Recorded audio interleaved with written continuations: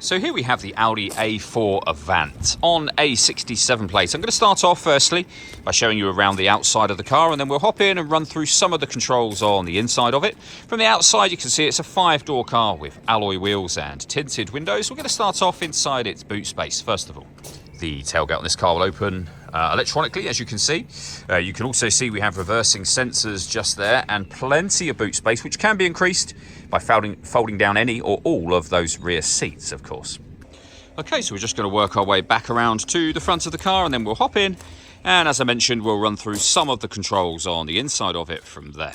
Just briefly before we climb in, I think it's well worth seeing the interior from this exterior point of view. There's plenty to run through on the dashboard, so let's hop in and we'll do that now. Okay, now that we're inside the car, we're going to start with the dials. On the left-hand side, the rev counter. On the right-hand side, the speedometer, as well as a digital readout for the speedometer. In the centre, you can see the total miles of the car there, 84,134. We have the trip computer above that. You can change that information for various different bits of trip computer info, but also other menus, including your sat nav. You can also change the layout of the dial, so as you can see, you can have a nice large display there for your sat nav or whatever menu it is that you choose to have up there. We can back out a little bit and you can see the coolant temperature gauge and fuel gauge on the right hand side. Then onto the steering wheel next. The buttons I was using a second ago.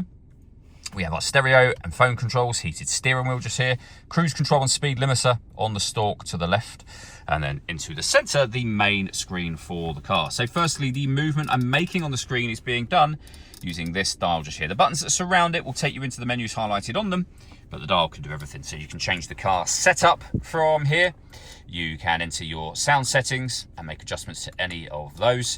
We have our radio menu, of course, and as you can see, we've got DAB, FM and AM radio.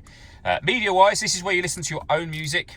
We have CD, at the top here, SD memory card, USB, auxiliary, and Bluetooth audio. So once you pair your phone, you'll be able to make and receive your phone calls, as well as streaming your music wirelessly.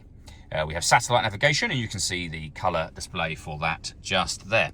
Working our way down, we have dual zone climate control. You can adjust the passenger and driver temperatures. You can increase, decrease the fan speed. You can determine where you'd like the air distributed once it enters the car. You'll see it says 3 zone there. That's because rear passengers can also adjust their temperature independently in the back of the car. We have a heated driver's seat and passenger seat. Both have 3 separate heat settings on each. Below that, you can change your driving setup from here or from the screen. As I showed you a moment ago, we can turn off the stop and start, the traction control, the parking sensors. You can turn off the screen itself. We have a 12-volt charging socket, the start and stop button for the ignition, 2 cup holders, the controls went through just a moment ago, along with the gear lever for your fully automatic gearbox, the volume for your stereo, and then an electronic handbrake. All that leaves me to say is thank you for taking the time to watch this video. If you'd like to come and see the car for yourself and have a test drive, please feel free to give us a call here at Surrey Specialist Cars. We'd love to hear from you soon.